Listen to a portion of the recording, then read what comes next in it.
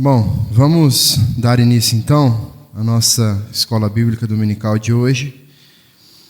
Hoje nós vamos entrar no versículo 13 do capítulo 5 de Neemias. Abra sua Bíblia já aí no capítulo 5, de 13 a 19.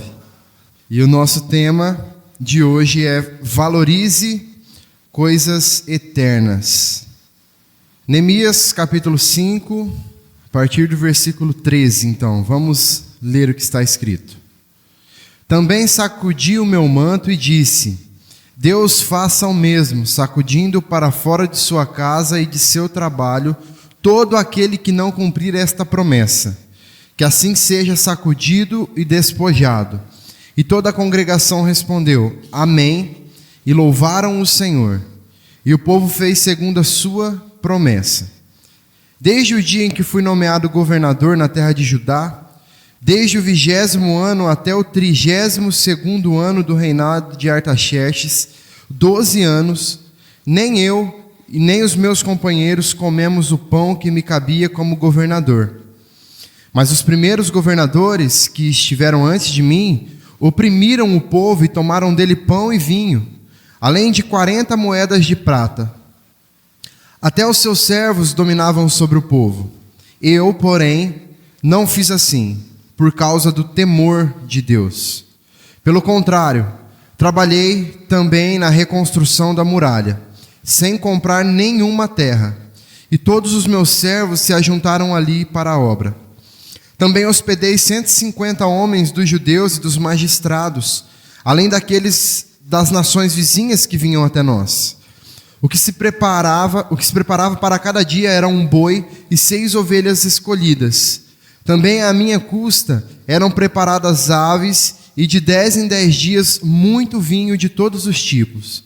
Nem por isso exigi o pão devido ao governador, porque a servidão deste povo era grande. Lembra-te de mim para o meu bem, ó meu Deus, e de tudo o que fiz por este povo. Amém? Bom, irmãos, nos versículos de 1 a 12, como nós vimos anteriormente, né, aqui do capítulo 5, nós vimos que Neemias ele precisou, né, confrontar os nobres, os magistrados ali que estavam entre o povo judeu, para que eles parassem de ter uma prática que eles tinham, que era a de cobrar juros abusivos do povo, dos mais pobres, né? Agora, aqui dos versículos 13 ao 19, nós temos aqui uma resposta de Neemias para essa exploração, para a opressão econômica que estava acontecendo ali entre os judeus, né? E com um gesto simbólico e público, ele repreende aqueles nobres, os magistrados, né? Por eles estarem fazendo aquilo que eles estavam fazendo, né? Cobrando juros excessivos e tomando as propriedades dos mais pobres, e forçando eles à servidão. O último versículo que nós lemos, né, que foi o versículo 12, termina com esses nobres e magistrados aqui se comprometendo a parar, né, prometendo que eles iriam parar, certo? Então, essa passagem aqui, ela também vai detalhar como que Neemias, apesar da sua posição de governador ali, né, do povo, como ele fez para não abusar do seu poder. Por que ele não abusou do seu poder para obter ganhos pessoais, visto que antes dele todos os outros governadores faziam isso já, né? Era de praxe eles abusarem do seu poder sobre o povo, né? Sobre os mais fracos. Para quê? Simplesmente para obter ganhos pessoais, para enriquecer às custas daquele povo. Então Neemias não, Neemias ele se recusa a cobrar o imposto que era comum aos governadores, e ele se dedica a alimentar um grande número de pessoas diariamente, certo? Simplesmente porque ele queria ver o bem-estar do seu povo, que o servia, que servia ao Senhor também antes de mais nada. Então Neemias ele termina aqui esse trecho pedindo que o Senhor se lembre disso, que o Senhor se lembre da sua posição, de como ele estava agindo diante do povo e diante do Senhor também. Então, irmãos, é um trecho que ilustra alguns temas muito importantes para nós hoje como cristãos, né? Alguns temas como a justiça social, a liderança novamente, né? A responsabilidade comunitária. E nós vemos aqui um exemplo de Neemias como um grande líder e um grande exemplo de integridade também, dedicado aqui ao bem de todos, certo? Vamos para o texto então, versículo 13. Também sacudi o meu manto e disse, que Deus faça o mesmo, sacudindo para fora de sua casa e de seu trabalho todo aquele que não cumprir esta promessa. Lembrando que o povo havia acabado de prometer que eles ouviriam então Neemias e que deixariam aquelas práticas, né? Que assim seja sacudido e despojado. E toda a congregação respondeu, amém, e louvaram o Senhor, e o povo fez segundo a sua promessa. Então, o versículo 12 termina com o povo assumindo esse compromisso diante de Neemias e diante de Deus, né, de não explorarem mais o povo. E aqui agora, no versículo 13, Neemias deixa claro que Deus, o próprio Deus, era testemunha aqui dessa promessa que eles estavam fazendo. Essa promessa era uma promessa que não estava sendo feita apenas diante do povo, mas sim, era uma promessa que estava sendo feita diante do Senhor, ok? E quem estava selando, então, aquele momento, e uma promessa feita ali, então, diante do povo, era o próprio Deus, certo? A promessa feita não era apenas diante de pessoas, diante deles mesmos ali, né? Mas Neemias estava deixando claro que a promessa estava sendo feita diante do Senhor, ok? E o que é interessante nesse versículo é ver que depois da promessa feita, né? E o acordo selado aqui diante de Deus, eles louvaram ao Senhor, é o que o texto diz. Isso mostra então que eles entenderam que aquela decisão deles era algo que vinha do próprio Deus. Quando nós louvamos ao Senhor, nós dedicamos as nossas vidas em louvor e em adoração ao Senhor, nós fazemos isso em reconhecimento da grandeza de Deus, em reconhecimento daquilo que o Senhor faz por nós. Então, quando eles louvam ao Senhor aqui, é uma prova de que eles estavam conscientes de que essa promessa que eles estavam fazendo e isso que eles estavam se comprometendo aqui diante do povo e diante de Deus, era de fato a vontade de Deus para eles, ok? Versículo 14. Também desde o dia em que fui nomeado governador na terra de Judá, desde o 20º ano até o 32º ano do reinado de Artaxerxes, 12 anos, nem eu e nem os meus companheiros comemos o pão que me cabia como governador. Mas os primeiros governadores que estiveram antes de mim oprimiram o povo e tomaram dele pão e vinho, além de 40 moedas de prata.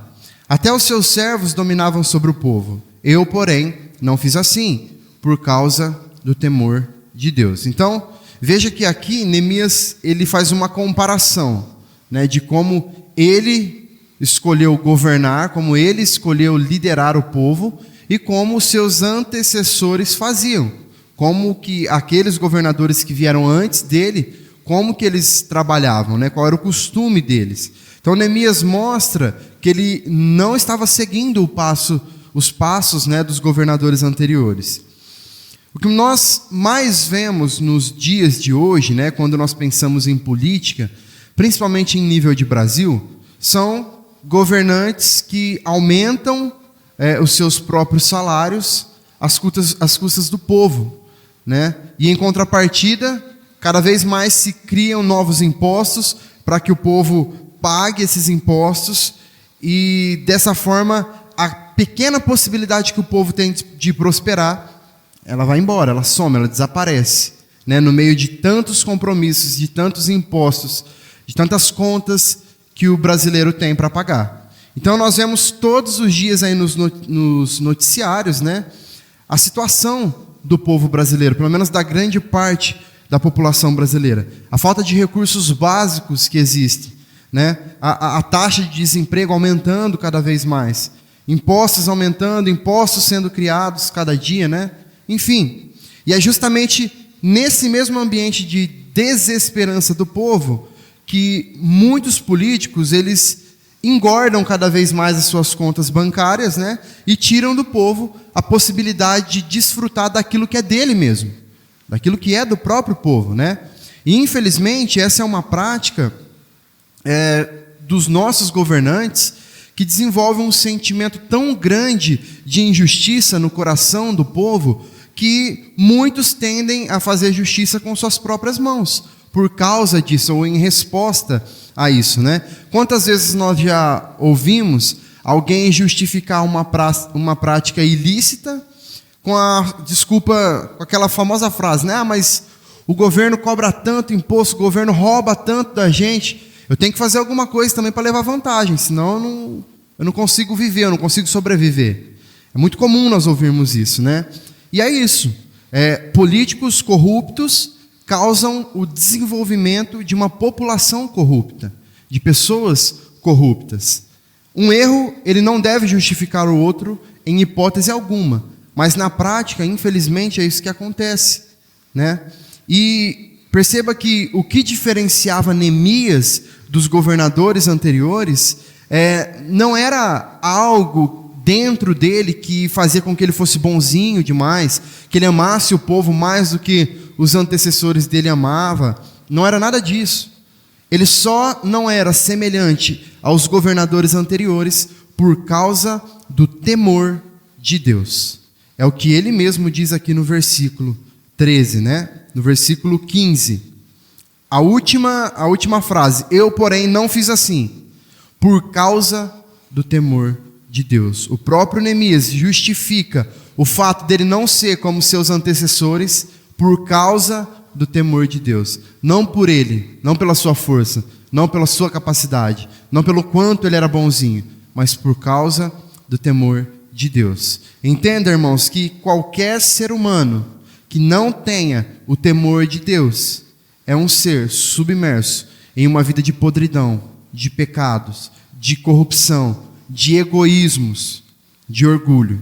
Sem Deus, nós não temos nada, absolutamente nada de bom para oferecer para ninguém. Tudo que tem de bom em nós é por causa de Deus. E é por isso que Neemias era diferente, porque Deus estava com ele. Deus habitava juntamente dele. Verso 16. Pelo contrário, também trabalhei na reconstrução da muralha sem comprar nenhuma terra, e todos os meus servos se ajuntaram ali para a obra.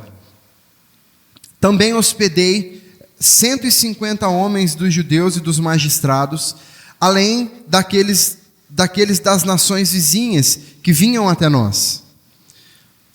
Veja, no versículo 16, aqui nós vemos que Neemias, além de demonstrar pelo seu exemplo, né, como era a maneira certa de se viver, de se governar, de se liderar, de se comportar, né, ele também faz com que os seus servos o acompanhem, trabalhem junto dele nessa obra. Ele não estava sozinho, né? Então, Neemias não fazia como aqueles nobres, como os magistrados, como os mais ricos ali, né, que se aproveitavam do momento de dor, do momento de fome do povo, simplesmente para enriquecer, para comprar suas terras, para acumular bens. Pelo contrário, porque além de libertar o povo da escravidão persa, Neemias ainda empresta ao povo sem cobrar nada em troca. Ele ainda perdoa a dívida daqueles que não podiam pagar. Veja a diferença. Enquanto uns estavam se aproveitando da miséria, do caos, da dor dos mais necessitados para enriquecer ainda mais, outros, como Neemias, estava dando e sem pensar naquilo que ele ia receber de volta. E se não pudessem pagar, tudo bem. Essa era a postura de Neemias. Então, o ambiente de crise, irmãos, ele é sempre o ambiente mais agradável para aqueles que vivem as suas vidas de explorar os outros. Momento de crise, quanto mais o ambiente for desorganizado, quanto mais uma crise estiver instaurada no meio do povo, mais possibilidades esses aproveitadores vão ter de levar vantagem em cima dos mais vulneráveis, dos que têm menos informação. Isso é algo que nós já vimos acontecer aqui e vemos acontecendo até hoje, né? Só que Neemias, ele estava sempre demonstrando aqui com maestria, né, a maneira como os verdadeiros líderes e servos de Deus devem se comportar. O versículo 17 vai dizer que ele mesmo hospedou 150 homens judeus e dos magistrados, além de pessoas de outras nações que também iam até ele para ajudar na reconstrução. Então, a mensagem que Neemias passa aqui, irmãos, no momento dessa cobrança que ele está fazendo aos nobres, aos magistrados, é que, ao contrário do que eles estavam fazendo, ao se aproveitar ali da vulnerabilidade dos mais fracos, eles deveriam estar estendendo as mãos para ajudar uns aos outros, cooperando, auxiliando, né, colocando onde não tinha. Eles deveriam entender que eles estavam todos juntos, trabalhando por uma mesma obra, em um só objetivo, né? E quando uns tinham mais do que outros, eles deviam se ajudar, assim como era na igreja primitiva, que nós até lemos aqui na semana passada, né, em Atos 2, onde eles vendiam os seus bens para dividir entre todos, para dividir com os mais pobres, e todos viviam em perfeita harmonia. Eles tinham a simpatia de todos à sua volta também. É esse o exemplo de igreja, né, de trabalho em união, em comunhão do corpo. Nós precisamos olhar aqui para essa chamada de atenção de Neemias aos judeus como se fosse uma chamada de atenção para a igreja, irmãos, porque aqui agora ele não está falando sobre os inimigos externos, ele está falando com os de dentro, é com o povo judeu que ele está falando, exclusivamente com o povo judeu. Então, é sobre a igreja, é sobre aqueles que tinham mais, o que eles estavam fazendo em relação com aqueles que tinham menos, certo? Então, eles deveriam entender que eles estavam juntos, trabalhando com o mesmo objetivo, e quanto mais eles se ajudassem ali entre si, maior seria o sucesso daquilo que eles se dispuseram a fazer no seu trabalho. Versículo 18. O que se preparava para cada dia era um boi e 6 ovelhas escolhidas. Também à minha custa eram preparadas aves, e de 10 em 10 dias muito vinho de todos os tipos. Nem por isso exigia o pão devido ao governador, porque a servidão deste povo era grande. Então aqui existe um sentimento muito claro de compaixão de Neemias para com o seu povo, né? Que era um povo que já estava sobrecarregado, um povo que já vivia de miséria, um povo que já não tinha mais esperança, né? E essa compaixão de Neemias o tornava um líder humano, um líder justo, né, que abria mão dos seus próprios prazeres pelo bem dos seus irmãos, dos seus liderados. Então, ao invés de tirar, irmãos, mais uma vez, Neemias dá. Ele fala que as custas dele, ou seja, é dos bens dele, do dinheiro dele, daquilo que ele poderia oferecer, é que ele colocava a comida, né? O que se preparava para cada dia era um boi e 6 ovelhas escolhidas. Era um banquete, era uma mesa farta, que Neemias dava para aqueles que estavam trabalhando na obra junto dele, na obra do Senhor. Então, irmãos, o temor do Senhor e a compaixão, né, pelo próximo foram os sentimentos que levaram Neemias a ter uma vida simples, a ter uma vida modesta e uma vida altruísta. Ou seja, que faz o bem sem esperar algo em troca. Esse era Neemias. Ele trabalhava pelo seu povo, ele trabalhava para Deus antes de mais nada, sem esperar recompensa, sem esperar ser visto por essas pessoas. Ele queria ajudá-las para que elas pudessem ajudá-lo também. Então Neemias abria mão, irmãos, completamente dos seus direitos, dos seus prazeres. Como nós sempre falamos, Neemias nem precisava estar aqui. Tinha nada a ver com ele essa história. Humanamente falando, nada a ver. Ele se colocou como parte daquele povo, visto que era a terra dos seus pais, visto que era o povo de Deus. E ele, como servo, abandonou tudo que tinha, todas as suas mordomias, e foi lá, por amor. Ele foi trabalhar pela liberdade do povo, porque ele amava aquele povo. E enquanto outros governadores abusavam ali dos seus direitos, né, Neemias abriu mão deles por amor ao povo. Nem mesmo os impostos cobrados normalmente aos governadores, nem isso Neemias estava cobrando. Então, além dele não cobrar nenhum tipo de imposto das pessoas, ele ainda estava alimentando as pessoas, ele ainda estava emprestando dos seus recursos para as pessoas, sem se preocupar se essas pessoas poderiam, se elas iriam, no caso, devolver a ele. É um coração de servo, um coração que se preocupa com o que é eterno e não com o que é humano, com o que é terreno e passageiro. E por último, Neemias termina dizendo no versículo 19: lembra-te de mim para o meu bem, ó meu Deus, e de tudo o que fiz por este povo. Aqui nós temos o real motivo, então, pelo qual Neemias abria mão completamente dos seus próprios prazeres, né? Que era pelo bem do seu povo. O foco de Neemias, irmãos, estava nas bênçãos divinas, nas bênçãos celestiais, e não em vantagens pessoais, ou no reconhecimento, ou nos aplausos que ele poderia receber. Ele não estava nem um pouco preocupado com o quanto ele seria visto, com o quanto ele seria notado, com o quanto as pessoas dariam ênfase para a sua pessoa, para a sua obra. Não era a preocupação de Neemias. O verdadeiro e profundo interesse de Neemias era, de fato, de resolver problemas do presente, problemas que estavam ali acontecendo. Mas Neemias sabia que a sua recompensa não estava no presente, mas sim no futuro. E essa recompensa não se resumia a qualquer grande recompensa que ele pudesse receber aqui, mas sim a sua recompensa celestial, aquilo que o Senhor estava guardando para entregar a ele no grande dia. Essa era a preocupação de Neemias. Veja que, humanamente falando, pensando no que é terreno, pensando na prática daquilo que Neemias estava fazendo, ele só abraçou bucha. Só isso, ele só abraçou problema. Ele só foi em direção de problema.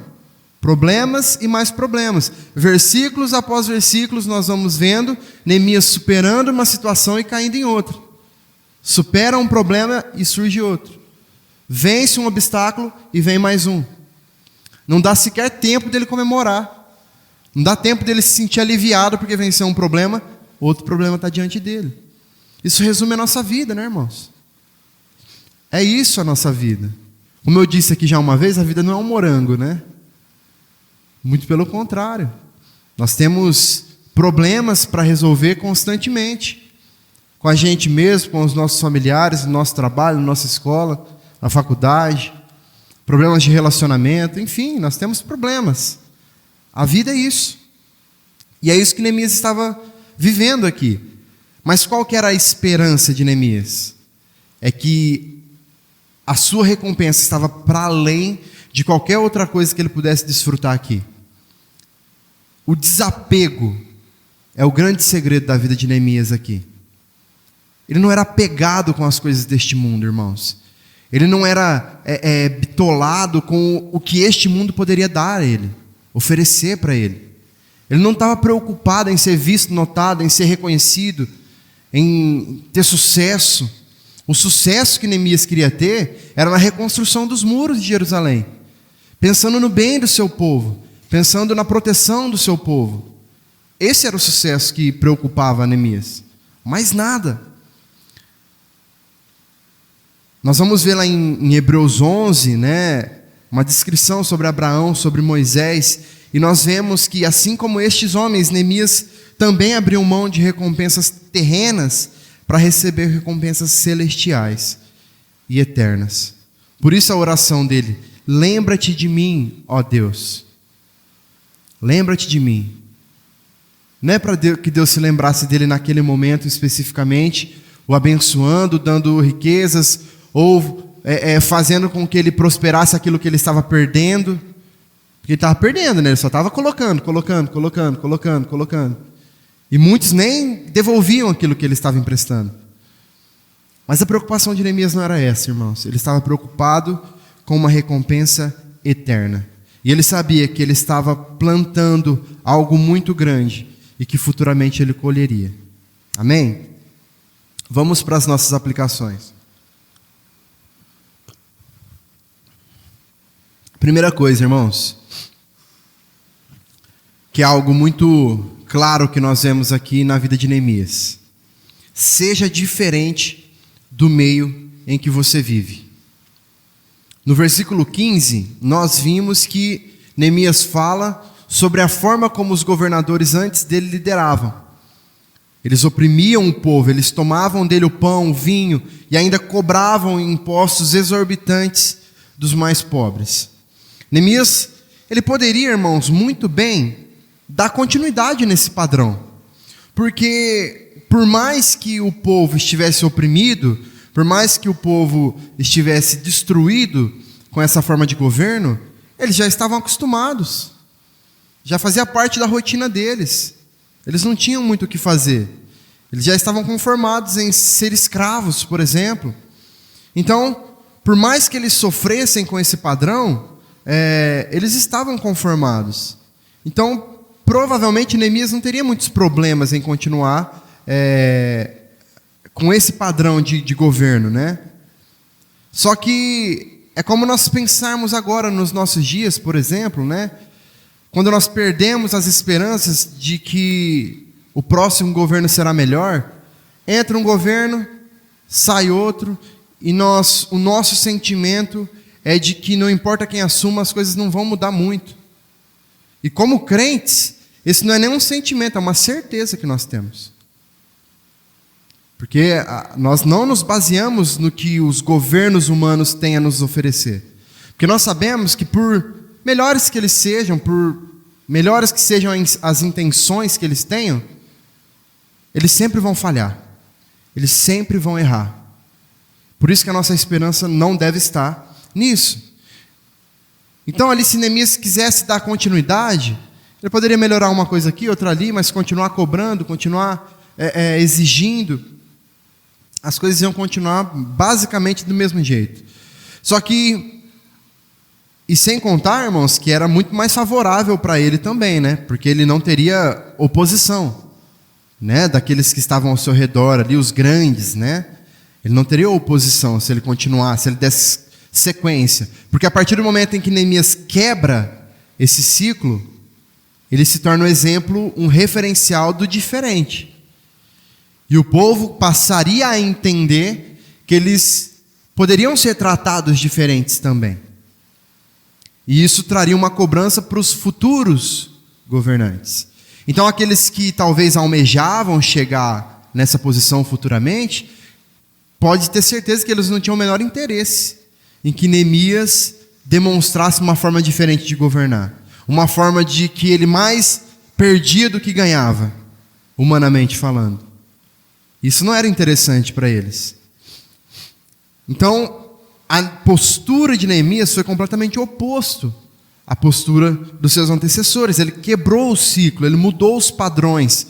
Ele procurou em seu governo trabalhar baseado na ética, na integridade e no amor, na compaixão pelo povo. E em um mundo onde a ética muitas vezes ela é relativizada, né? A ética se tornou algo relativo, né? E ela é praticada à medida em que não fira os nossos próprios desejos. Nós somos éticos com as coisas até que essa ética não tome nada de mim, né? Até que ela não chegue ali em uma região, em um lugar onde eu preciso dar mais do que eu vou receber. Não é verdade? E a integridade, então, irmãos, e o comprometimento de Neemias provam o oposto disso, né? Nós vivemos em um mundo onde o sucesso pessoal ele é completamente endeusado, né? Nós queremos sucesso a todo custo. E eu não estou falando aqui de fama, tá? Estou falando de sucesso em qualquer área das nossas vidas. Nós queremos ter sucesso no nosso trabalho, sucesso nos nossos relacionamentos, sucesso, enfim, nós queremos sucesso em tudo. Em tudo. E ser diferente, então, do meio em que nós vivemos, significa, irmãos, manter altos padrões éticos, altos padrões de integridade em todas as áreas das nossas vidas. É não fazer concessões dos nossos princípios, ainda que isso fira um desejo nosso, uma preferência que nós temos. Mesmo quando isso significa enfrentar oposição ou dificuldades. É o que Neemias estava mais enfrentando aqui por causa da sua postura. A postura de integridade de Neemias era justamente aquilo que fazia com que ele enfrentasse mais problemas. A maneira de Neemias liderar demonstrava amor, demonstrava compaixão pelas pessoas ao seu redor. Em contrapartida, hoje nós vemos uma sociedade marcada pela indiferença, né, pela falta de compaixão. E ser diferente, irmãos, do meio em que nós vivemos, implica em demonstrar amor genuíno, compaixão pelas pessoas que estão ao nosso redor, especialmente pelos menos favorecidos, né? Era exatamente isso que Neemias fazia ao lutar pelo direito do seu povo. Ser diferente de um padrão de liderança que visa benefícios próprios apenas, né? Prova humildade, prova disposição de servir. E hoje em dia, a valorização do poder, da fama, do prestígio pessoal é muito grande. Então nós vemos, essa semana agora mesmo, saiu mais uma grande polêmica envolvendo uma igreja evangélica, uma grande denominação aí, falando sobre abusos dos seus líderes. Mais uma vez, pessoas se aproveitando da sua posição, se aproveitando do seu status, para arrancar algo de pessoas com menos instrução, com menos possibilidades, com menos informação. Isso tem se tornado cada vez mais comum no nosso meio. Lembre-se que essa chamada de atenção de Neemias é para o povo de Deus, irmãos. É para a igreja. É para o corpo. Não é para os que estão de fora. É para os que estão dentro.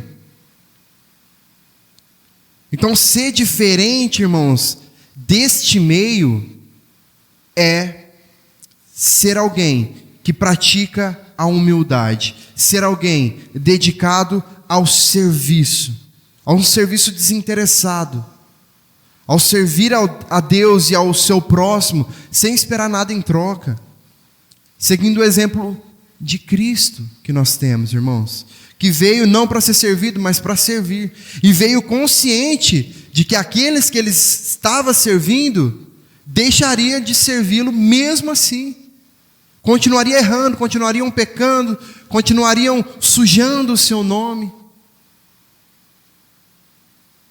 Imagina se Jesus esperasse algo em troca. Ele nem viria, porque ele já sabia como as coisas seriam. Ele serviu consciente de que aqueles que ele estava servindo errariam com ele. Então, irmãos, nós aprendemos aqui sobre a importância de não seguir a corrente do meio em que nós vivemos, mas de nos destacarmos através de um compromisso com os valores do reino de Deus. Ser diferente do meio que nós vivemos significa ser uma luz em meio à escuridão, refletindo o caráter de Cristo em todas as áreas das nossas vidas e trazendo impacto, mas um impacto positivo ao mundo ao nosso redor. Em segundo lugar, nós precisamos entender que quanto mais andamos perto de Deus, mais seremos capazes de ajudar as pessoas ao nosso redor. Intimidade com Deus, irmãos, fortalece o nosso caráter. Quanto mais próximos de Deus, em comunhão e em relacionamento com Ele nós estivermos, mais nós somos capazes de sermos transformados à sua imagem e à sua semelhança. Essa transformação, ela inclui um desenvolvimento de um caráter marcado pela justiça, pelo amor, pela sabedoria que vem do próprio Deus. E ao passo que nós nos tornamos mais semelhantes a Deus, a nossa capacidade também de discernir, de agir em prol do bem dos outros, aumenta. Nós precisamos entender que são práticas espirituais, irmãos, que nos aproximam de Deus. Não adianta nós sentarmos e esperarmos um relacionamento com Deus às mil maravilhas, se nós não tivermos práticas espirituais. Como que você desenvolve um relacionamento de amizade, por exemplo? Você conhece uma pessoa, e aí, você se torna amigo dela do nada? Sem mais nem menos, vocês se tornam amigos, confidentes um dos outros. Não. Você precisa sentar, conversar, trocar ideia, falar daquilo que você gosta, daquilo que você não gosta, ouvir aquilo que gosta, aquilo que a pessoa não gosta. E aí você vai criando laços, você vai criando intimidade. É isso que torna, que cria, que desenvolve uma amizade. Ou um relacionamento. Você com sua esposa, você com seu marido. É dessa forma, vocês foram se conhecendo, pouco a pouco, criando vínculos, intimidade, e se tornaram um com o passar do tempo, né? Da mesma forma acontece com Deus. E de que forma que nós criamos isso com Deus? De que forma que nós desenvolvemos o nosso relacionamento com Deus? Conversando com Ele. Não é? E de que maneira nós conversamos com Deus? Nós falamos a Ele através de oração e Ele fala a nós através da palavra. Esse é o diálogo entre o crente e Deus. Nós conversamos com Ele orando e Ele fala conosco através da sua palavra. Tudo que Ele tem para nos dizer está escrito na Bíblia. Então, a oração e o conhecimento da palavra nos capacitam para o servir. É dessa maneira, irmãos, que nós teremos prazer em servir. Sabe por quê? Porque nesse relacionamento que nós desenvolvemos com Deus, Ele nos contou que é isso que Ele gosta. E aí, como nós o amamos, como nós somos seus melhores amigos, né? Nós queremos fazer algo que agrade a Ele. Essa é a lógica. Ele disse que eu preciso fazer isso, porque se eu fizer isso, Ele vai ficar feliz. Então eu vou fazer. Porque Ele já fez tanto por mim, né? Eu estou em dívida com Ele. Ele já fez demais por mim. Tudo que eu fizer aqui por Ele não é 1% daquilo que Ele já fez por mim, né? Ele já me deu a possibilidade de ser salvo, de estar na glória com Ele.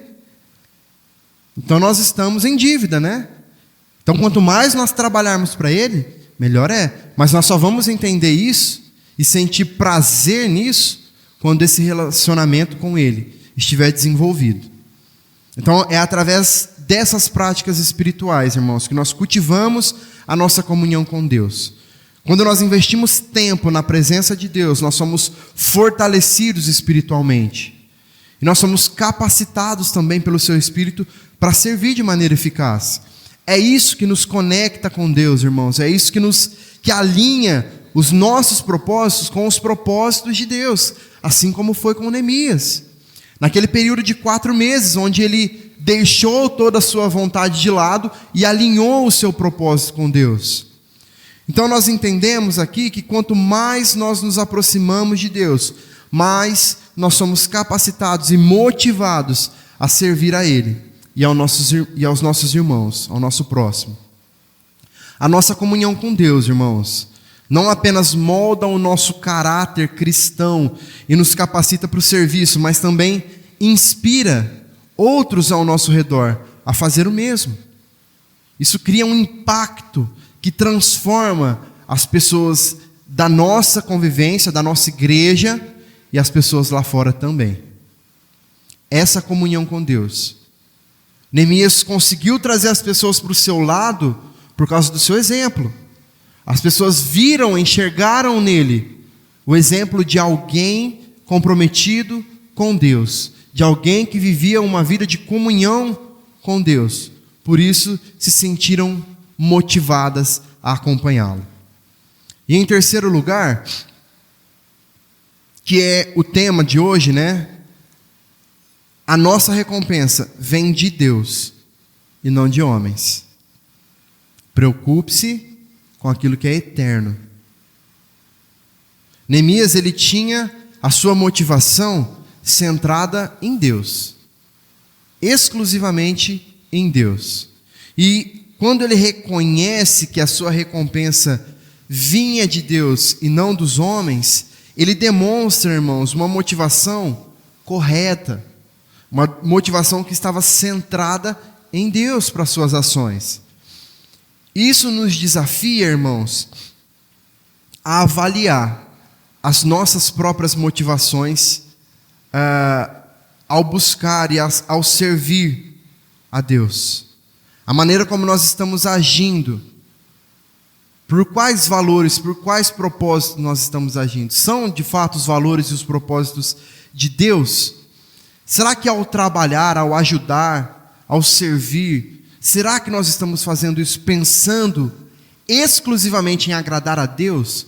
Em resolver problemas, sim, mas em agradar a Deus? Em sanar as dificuldades da igreja, sim, mas pensando em agradar a Deus?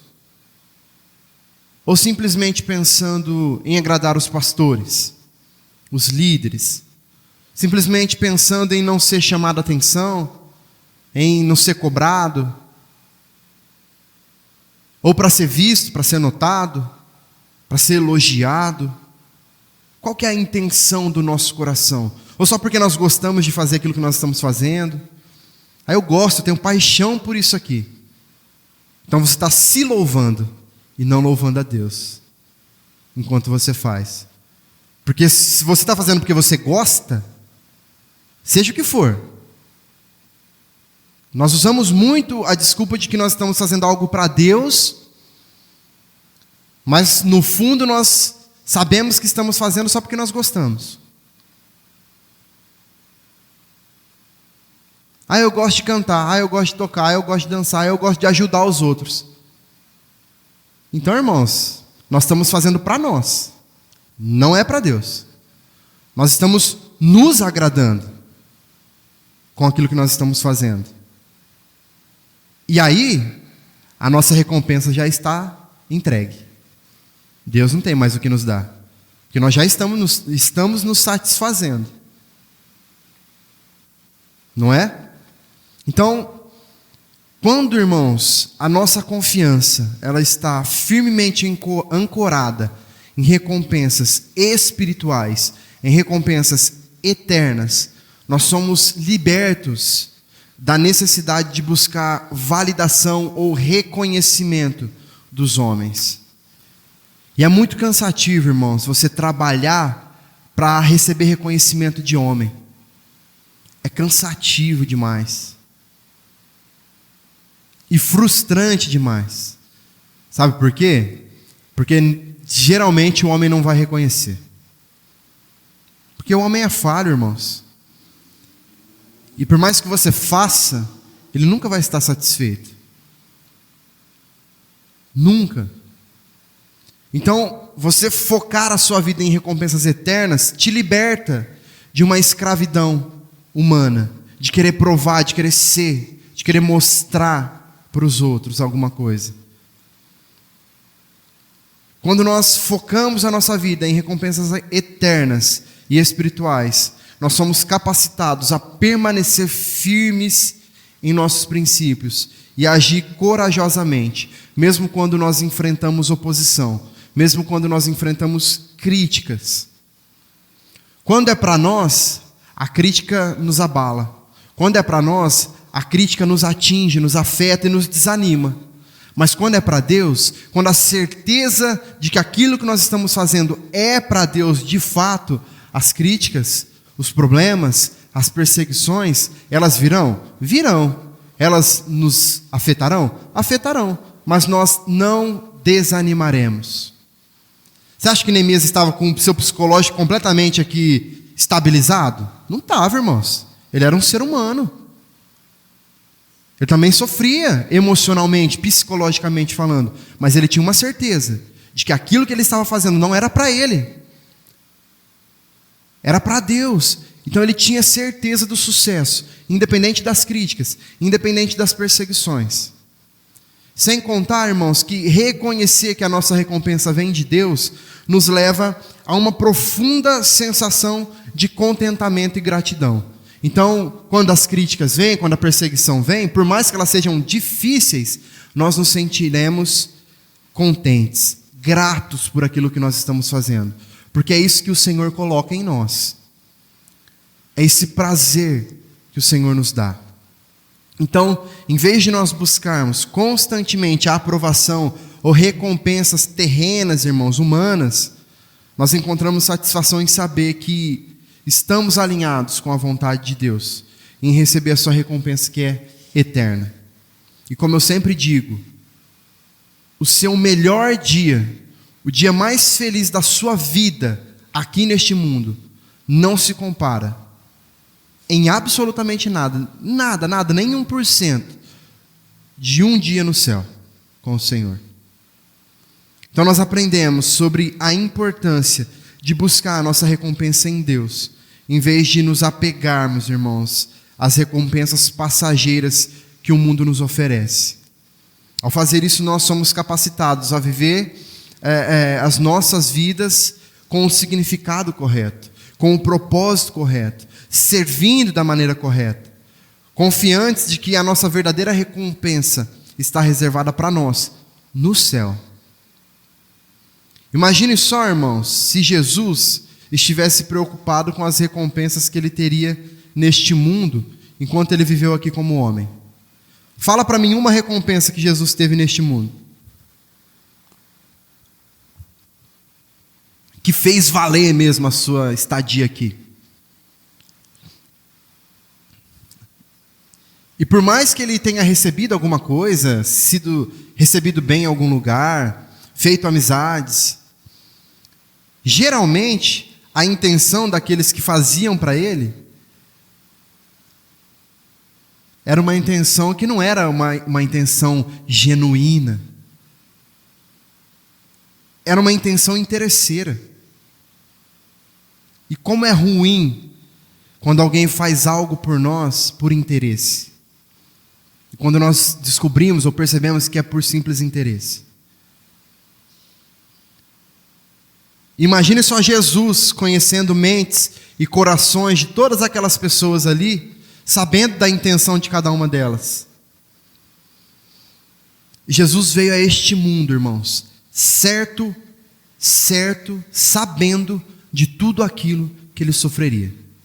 Certo de que ele viria para morrer, para ser humilhado e para ser perseguido. Ele não veio para este mundo pensando em recompensas terrenas. E várias vezes nós vemos Jesus deixando claro que ele não estava preocupado com o que era deste mundo. João 18,36 diz assim: Jesus respondeu: o meu reino não é deste mundo. Se o meu reino fosse deste mundo, os meus ministros se empenhariam por mim, para que eu não fosse entregue aos judeus. Mas agora o meu reino não é daqui.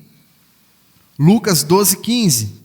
Então lhes recomendou: tenham cuidado e não se deixem dominar por qualquer tipo de avareza, porque a vida de uma pessoa não consiste na abundância dos bens que ela tem. Essa era a maneira como Jesus vivia, irmãos. E é essa maneira como ele nos ensina todos os dias a viver. Aquela conversa que nós temos com o nosso grande amigo, ele nos dizendo para nós não vivermos as nossas vidas aqui preocupados com a abundância de bens. É nós vivermos a nossa vida aqui tendo a consciência de que o reino dele não é aqui, e sim nos céus.